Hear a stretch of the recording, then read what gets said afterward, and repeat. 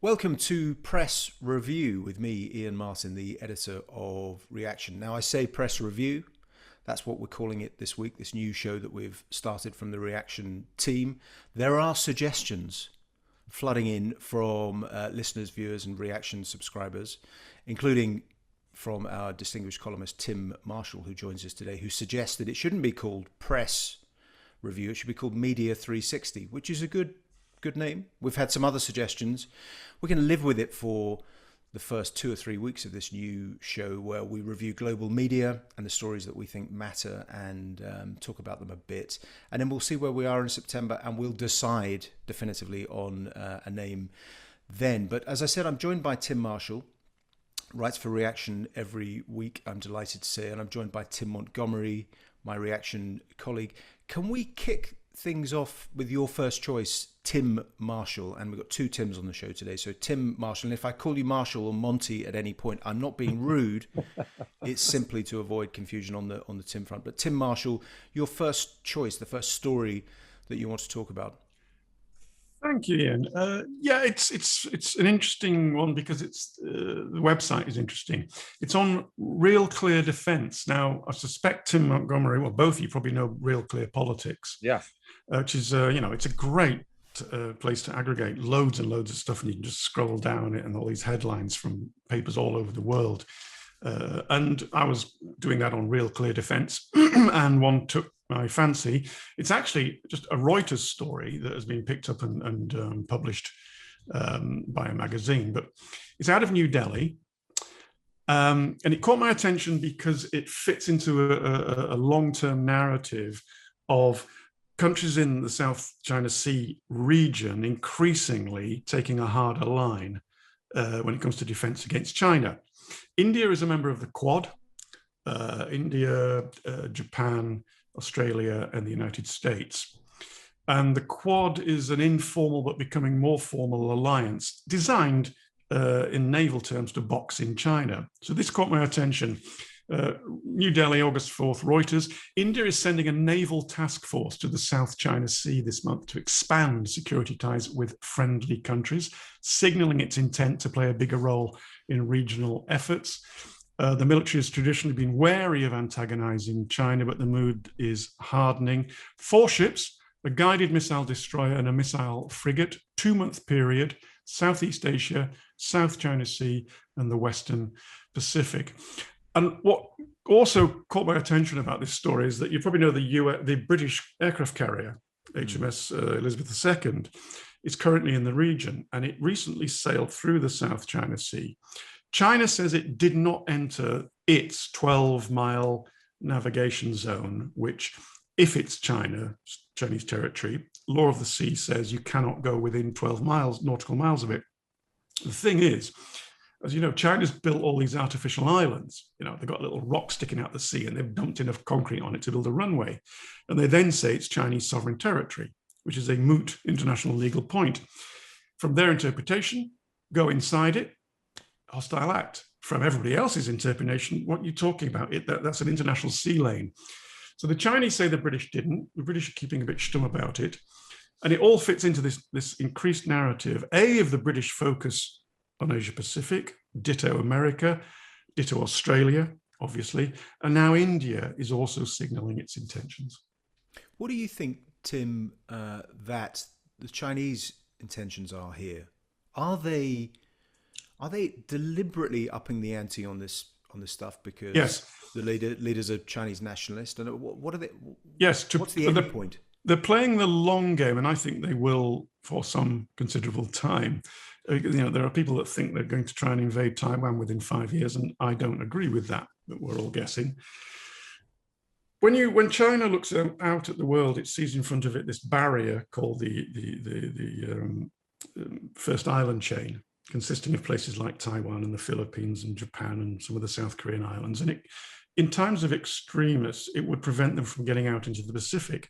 So their role and their aim, and it's quite understandable, I'd do it if I was King of China, is to break that chain. You can do it one and both of 2 ways. One, you could invade Taiwan, Two, you can flip places like the Philippines into your sphere of influence, and they're really trying hard to flip the Philippines. It's the one potential one that might. I don't think it will. The British carrier, by the way, is going to go down there to the Philippines in a couple of weeks' time. The other way is to force everybody back. And they're doing that in two ways. One, their shorter ship missile system is brilliant and getting better. And they're getting longer and longer range. And the longer their really top-notch missiles can go, the further back the US fleets need to keep. That's the first way they're doing it militarily. The second way is these islands. If you build enough of them and put runways and anti-aircraft batteries and missiles on them and say they're your sovereign territory, and then every time someone comes near to it, you say that's sovereign territory, or you take a case to international law, there will come a time in the middle of the century when they're powerful enough, when they've got enough carrier groups, enough missiles, when they'll say, we've been telling you for decades about this, and now we're going to do something about it. So that's what I mean about the long-term thinking. Yeah, I mean, they're becoming more aggressive, or assertive. Assertive, yeah. Assertive is the phrase, and it runs through. There's just so many examples of it. One that caught my eye, one of my story choices for this week was from the Wall Street Journal, which is the headline was "Communism in the Classroom. China is now purging Hong Kong teachers," and it's on the back of the Education Bureau. Effectively the party saying that it won't now recognise the Hong Kong Professional Teachers Union. Now it's got tens of thousands of members, I think, and it's accused of fomenting anti-Communist Party propaganda. And there's been a litany of stories like this since the since the recent kind of meltdown. A primary school teacher who's then punished in June, I think, for buying copies of the now defunct Apple Daily, newspaper that's closed. They seem determined to dominate. They don't seem Tim Montgomerie. They don't seem particularly worried about the impact of their brand. And it might sound quixotic to present it in those terms, but the Chinese brand is not particularly appealing in the West at the moment. Of course, they're big investors, but they seem determined to just sort of charge ahead with this policy of being more assertive. And you've made the point to me recently, Tim Montgomerie, that China, the story runs through so many stories. It's just part of almost everything we're discussing: climate, defense, economics, rebalancing the world, diplomacy. Yeah. Seems funny you calling me Tim Montgomerie. I think you just call me Monty or something for the purposes of differentiating between Tims today. But yeah, I did a sort of a silly poll on Twitter last week, just asking people, what they thought was the biggest problem. Well, what history we remember our time for. Was it climate change, the challenge of climate change? Was it the rise of China? Was it technological change? Or was it COVID?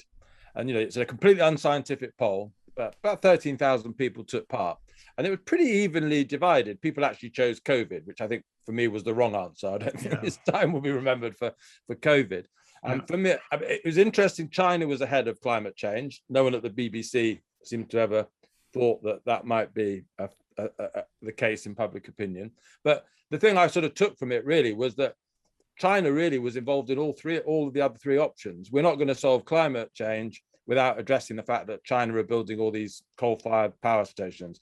Technological change is completely wrapped up with the way that Chinese manufacturing industry has reduced the cost of so much. TikTok, of course, is Chinese owned. COVID, of course, came from China, whether from a wet market or from the Wuhan lab, we don't know.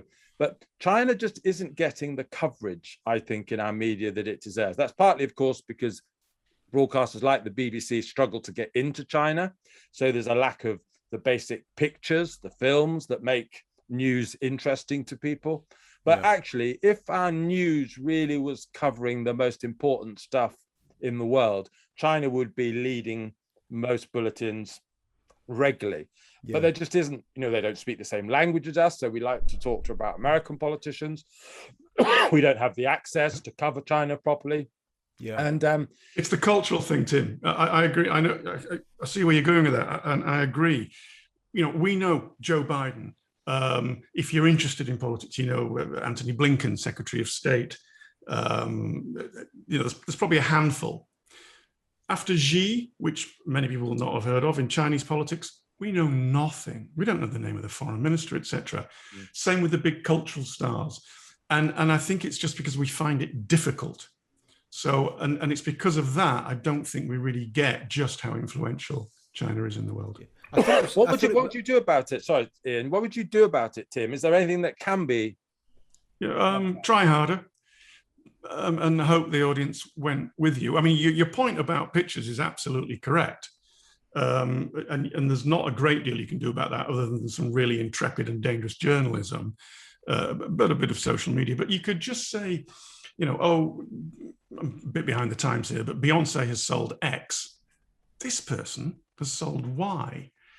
But there's a difference there because Beyonce has sold X globally, and this person has sold Y probably pretty much in China. Chinese soft power isn't really breaking out, and I don't think it's going to. But when I was at Sky News, the editor John Riley is a very, very clever guy and quite far-sighted. And more than a decade ago, he brought everyone together and said, "We have got to hammer this story. This is absolutely the dominant story in the world, China, China, China." And he laid out a big presentation for us. But, the admiral can only steer the ship so much. Everybody else has to be going along and people just get... So I think Sky have done a good job, but nobody's really covered China. I learned more from a novel I read recently, I think, about China, called China by Rutherford. Than I do perhaps from the news. Yeah, I think that's one of the things that was noteworthy about that little leader opinion piece by the editorial board in the Wall Street Journal about that story of communism in the classroom in Hong Kong, was that they explicitly said a lot of this stuff is not being covered. And that they see part of their job on the editorial. Thanks. I just thought of another. Sorry to interrupt. I just thought of another example as well. When 5G came up and the whole of Huawei, whether it's going to be in our system, most people are starting from a standing start because we haven't reported properly on the economic side of China how every single big Chinese company is in the grip of the Communist Party. That you cannot succeed in that country without being preferably a member, and most of the big entrepreneurs are. Whereas if we'd understood the absolute symbiotic relationship between the multinationals or the big companies and the party, we would have a much better concept of why this is an issue at all. Yeah, we were very naive in the West in sort of 10 years or so ago about it. But the Wall Street Journal did just make the point that they're going to keep on, that it's just that water dripping on stone effect, that they'll just keep on pointing out this stuff. And that's on the opinion pages of the journal. Now, I'm going to move things on from China and go to your first pick of the week. Tim Montgomerie. Do you want New York or do you want conservative land first? I would go with New York. I just think you've alighted on something so interesting. Okay, well, I'm a supporter of the other Tim's Media 360 label, partly because the first pick I've chosen isn't a press article or anything, but a podcast. And I stopped listening I used to listen pretty religiously to the New Yorker podcast interviews. They were really good. And then, like a lot of media during the Trump era, it was unlistenable to. They just hated Trump. Everything was about Trump hatred. You had similar thing on the right. There were Trump supporting podcasts I just couldn't listen to at all. There was just no balance or sophistication or subtlety in any of it. But I back onto the New Yorker podcast now, and they are really thoughtful interviews. Now Trump derangement syndrome seems to be ebbing. And in a way, the interview that I picked with Eric Adams is the new Democrat candidate for the city of New York. Sort of is part of this process of politics hopefully returning to some sort of closer to normality. He's a really hopeful addition to the political landscape. He's a former New York cop who joined the police partly because of his own experience at being brutalized by New York policing in his early years. He's a black guy, black New Yorker. And he talks really about the journey that he's been on. He lost friends. He suffered violence from racist policing when he was growing up. But at the same time, he saw when the police retreated from his communities, Black community, majority communities in New York, he saw the effect of drug gangs taking over. In this interview, he talks about the fact that New York's high taxes are basically pushing away the wealthier Americans, the job creators from the city he loves. And he said that's going to have an impact on all the public services that New Yorkers depend upon. There's a subtlety to this guy. There's an interest in picking the best of the Republican side and the best of the Democrat side, being willing to criticize both. I just haven't heard, many people in US politics talking like this for a long time. And Iain, we spoke a little while ago. I thought it was one of the first big cracks in wokedom, if you like, because the liberal Democrat establishment did not want this guy to be their candidate and one of their supposed strongholds on earth. He's taking, wants to take an approach to crime that's closer to Giuliani than the average liberal Democrat, and yet he's broken through because woke policing, even in one of the most liberal cities on earth, if you start becoming like Gotham City, people rebel. I think he's a sign that in a world where we're getting more extreme Democrats, more extreme Republicans, and in other countries too, if you get the right messenger, you can still win through with moderation. He hasn't taken office, of course, yet. He may be a disaster, but I found the interview inspiring, and I find his candidacy inspiring. I find that story, his appearance, really a moment of optimism and hope, because we've been hearing a lot recently about the poor condition of democracy. And I interviewed Jan Werner Muller last week about his new book, Democracy Rules, and he's not particularly hopeful or optimistic.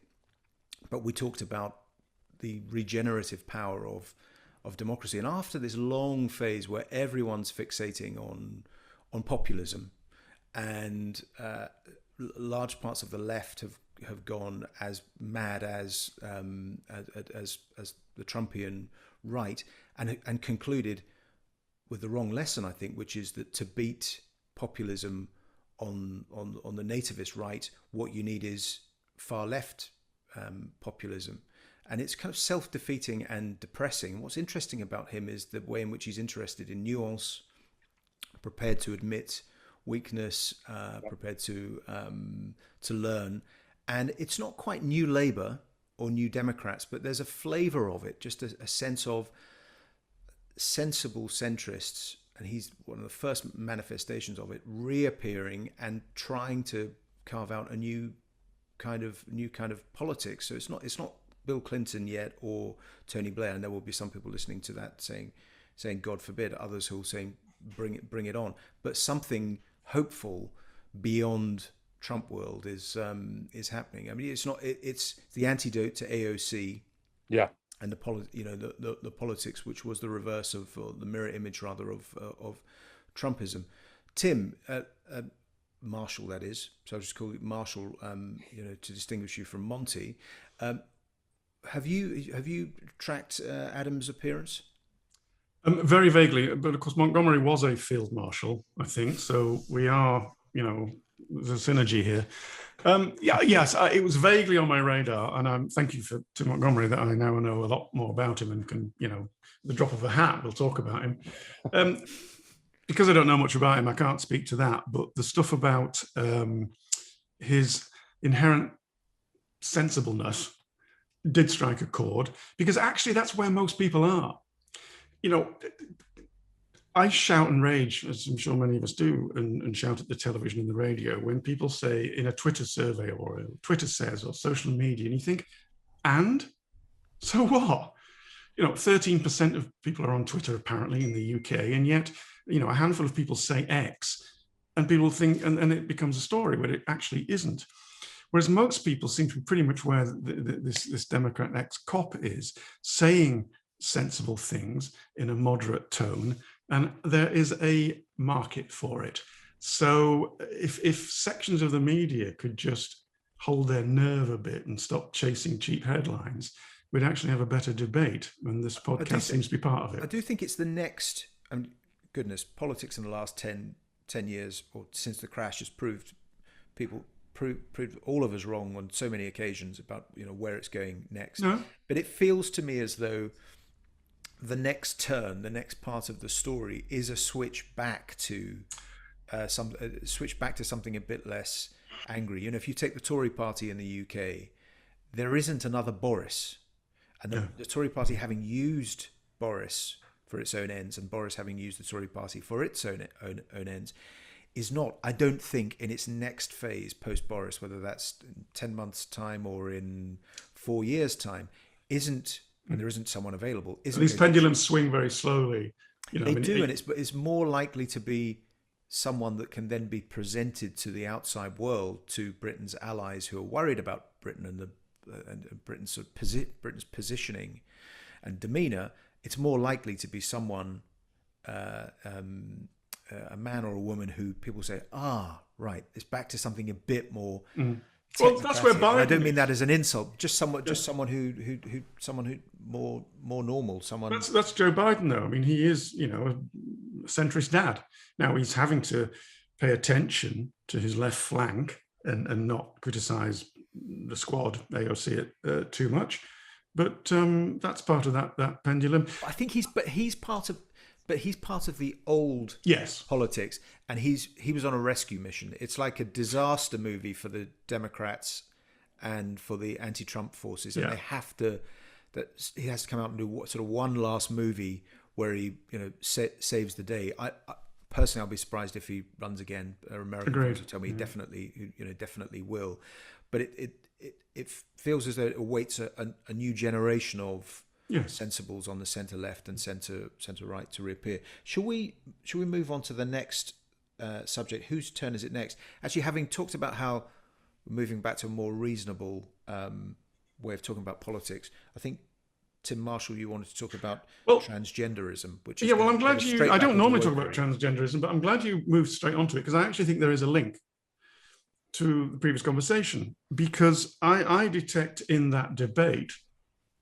some people getting their bottle back and feeling able to discuss it. Because what happened over the past couple of years is that many people just retreated in fear that if they said anything moderate, even sympathetic, but from a certain position, they were screamed down and people stopped saying anything. Now, Janice Turner in the Times newspaper has been probably leading the charge on this, in not writing anything in an aggressive manner, but asking some genuine questions about the whole transgender debate. And so many people are approaching it now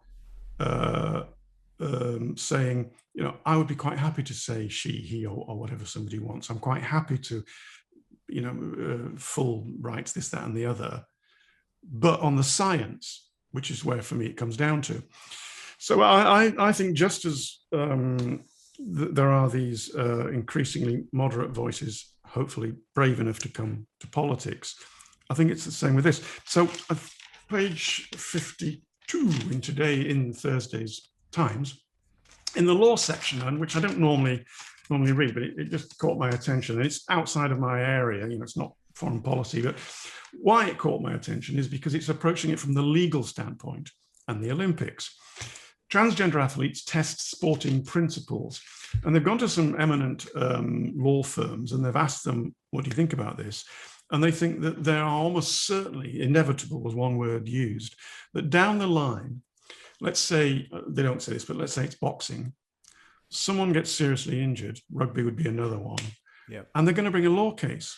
They're going to say this transgender woman with their punching power, et cetera, was allowed into the ring and damaged me in the way that someone who was a woman from birth could not have done. And that would go to court, and that would be a massive case. And then there's the other legal cases they think will come as well, which are simply on the basis of fairness. I mean, one would be a sort of damage case for damages and medical costs, etc. But the other one is about simply, your policies denied my opportunity. So that's two different ways. And I just thought it was a useful introduction for me into a new aspect of this very delicate debate. Monty, do you want to respond on that? No, I'm just sort of tying up a little bit of our last two discussions, really, because we had this discussion about, you were talking about, China in the court of public opinion, what global public opinion, Ian. And I think they don't really care that much about that. I think they're much more interested in winning over international institutions, their investment in organizations like the World Health Organization, etc. They want to have enough allies on the United Nations Human Rights Council and all these international bodies, whereby the architecture that supposedly governs the globe, that they have enough veto power so that what they want to get on with, they can get on with. Now, they're not completely indifferent to public opinion in individual countries, but we're obsessed in democracies at public opinion. True. But actually, much of the world, really, public opinion doesn't matter at all. There's a whole plethora of very powerful institutions run by what would be called men in grey suits, or increasingly women in the world today. But basically, it's all done behind closed doors. It's one of the reasons why I wanted to leave the European Union, because I think democracy matters in a way whereby powerful courts, central banks, bureaucracies, commissions have disproportionate power in the EU.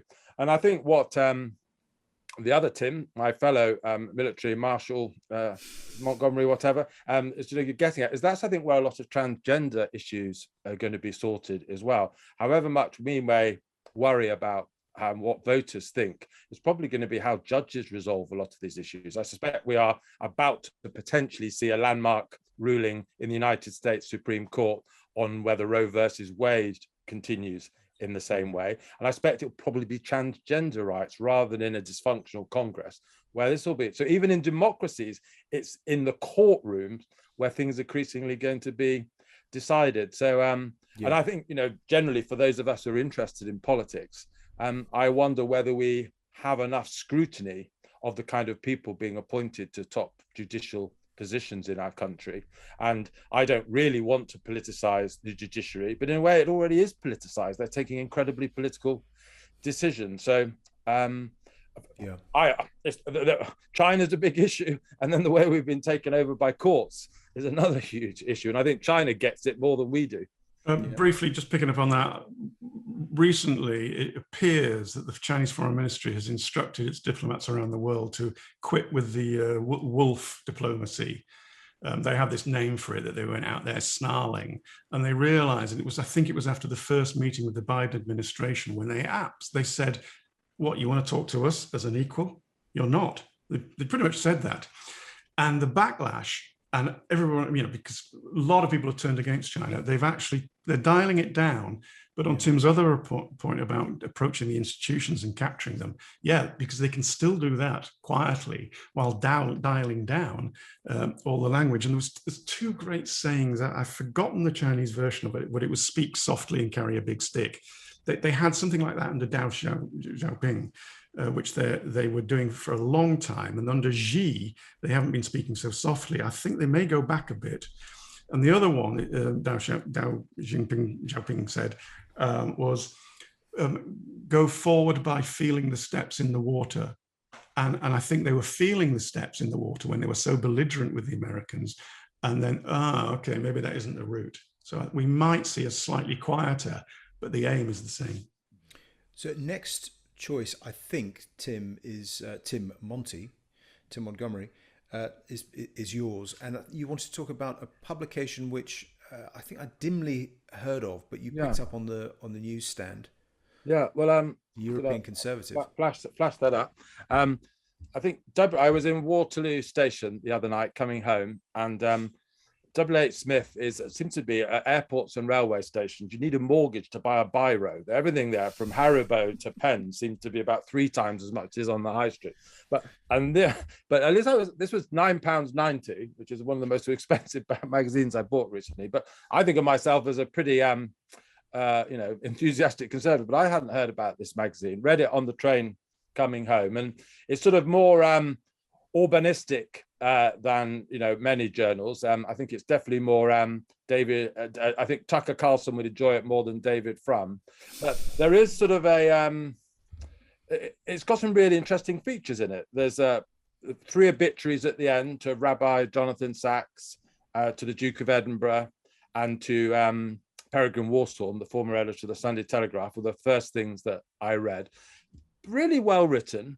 And I don't know whether you remember, I think we're all at similar ages, but the editorial, it sort of took me back to the editorials that Peregrine Worsthorne used to write in the Sunday Telegraph during the 80s and 90s. It was an extraordinary time in British politics when Thatcherism was such a dominant debate. And the Sunday Telegraph every week was this extraordinary experience of the clashing voices of conservatism between authority and liberty. And Peregrine Worsthorne was kind of the judge with his signed editorials that he wrote. I think they were 1,500, 2,000 words each time.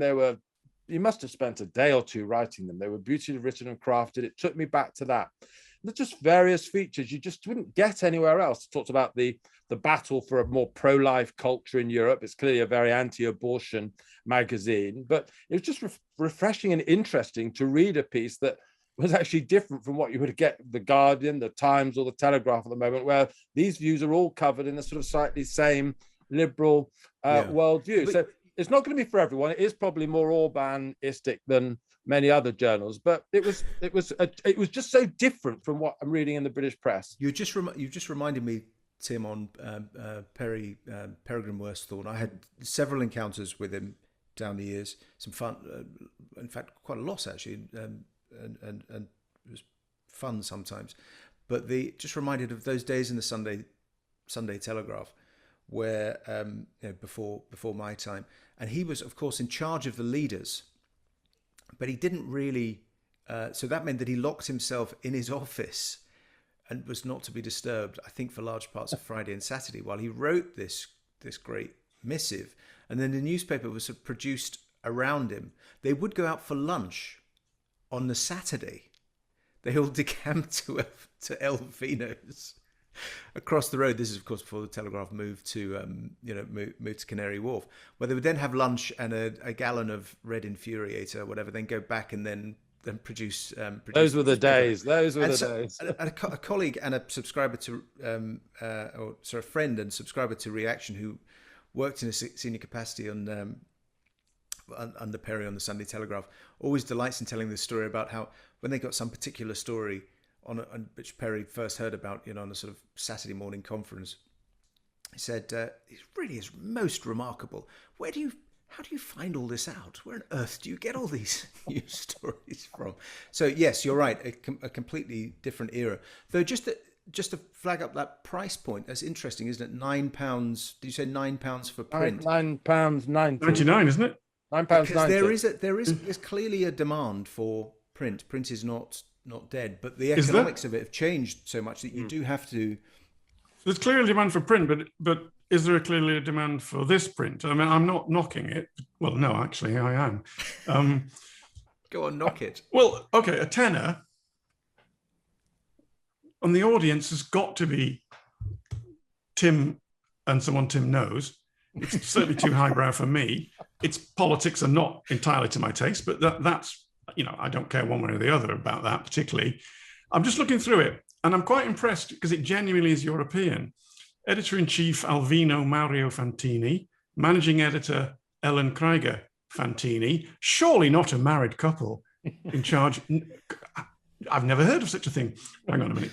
De Pippo, Matt Edwards, Morello, Charles, Colomb, Battisti, Respinti, Van Maren. I mean, this is good stuff. This is a genuine European.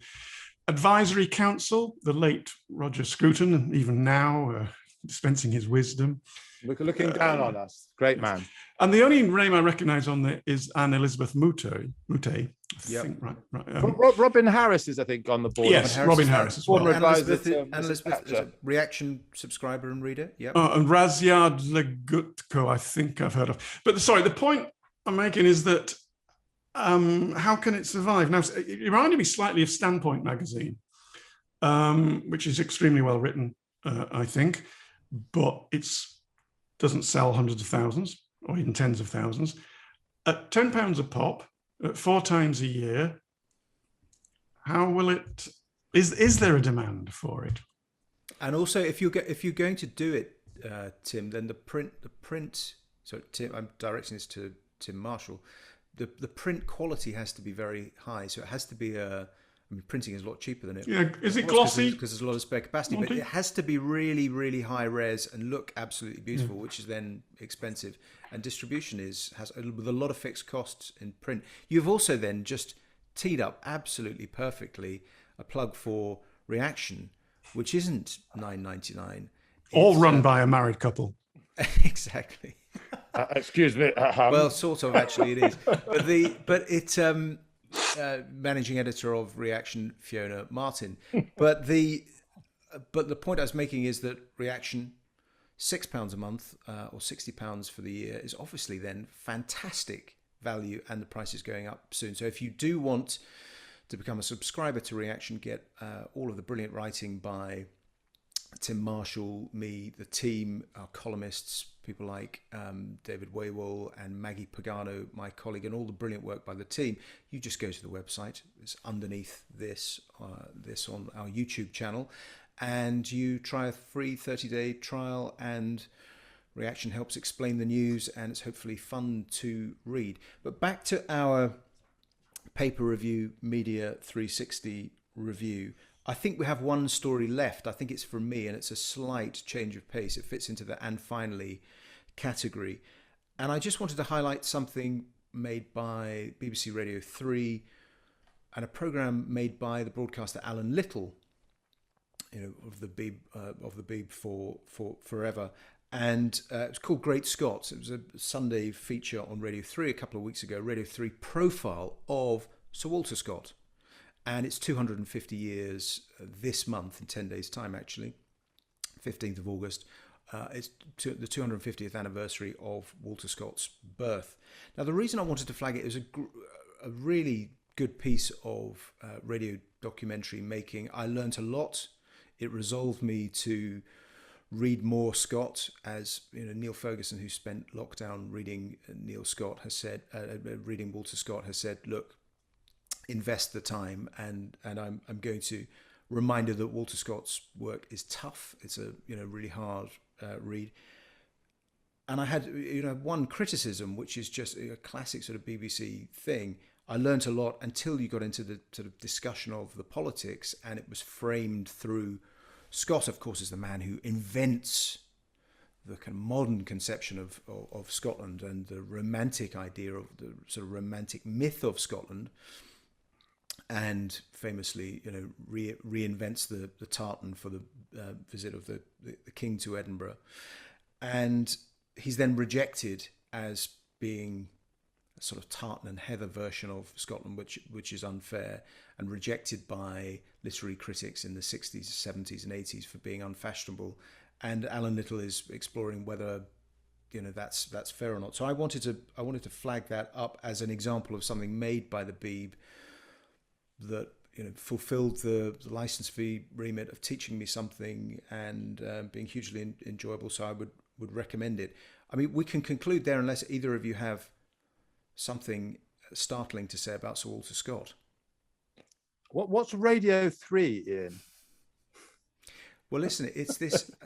It's a good reminder, because actually there's some really good programs on Radio 3, and I've sort of got into the habit of I go between the Radio 4 and the World Service, and don't really go anywhere else. And that sounds fascinating, and I probably should spend more time looking at it. I don't like the music output of Radio 3, but actually they do a lot more than the music, don't they? Well, I do like the music output, and particularly, I mean, some traditionalist Radio 3 fans will, I mean, that's the thing, you'll always get Radio 3 fans complaining about how it's changed and it's not what it used to be. But the night track stuff that they do is a very meditative, interesting way to spend the day, if you're to finish the day if you're reading or something, and it's kind of supposed to be soothing and relaxing, but also within it are really interesting music choices, and I've discovered lots of music through that. The lunchtime concerts are been outstanding throughout the pandemic. They've got a really big archive, and I think they've got the balance right again. I think, and please get in touch if you're a Radio 3 listener and you disagree violently, but I think they've got that blend between speech and discussion and the long form playing of music. I think they're on a bit of a roll again. And also, I mean, the reason I really got back into it in a big way was during the Brexit wars, was that I just couldn't, much as I, been raised listening to the Today program in the morning, I just couldn't stand it anymore because of the sort of people shouting endlessly about Brexit and going round and round in circles. So I switched to Petrock Trelawney, his breakfast show, and suddenly the world looked about 200 times better just by listening to classical music in the morning rather than listening to people argue about Brexit. So Radio 3 gets my stamp of approval at the moment. Now, so I think we're going to wrap things up there for this edition of Press Review. Media 360. Media 360. Potentially soon. Radio 3 proves it. Is that anything like Smooth FM? Potentially. What is a radio 3? Potentially Press Review to be renamed Media 360, but we're gonna live with the name for a while. But this is the show where reaction editors and reaction team digest the news globally and present their pick of the stories that have grabbed them, pieces of writing or podcasts or interviews or documentaries. It can be anything that grabs us. And until next time, thank you very much for listening and watching.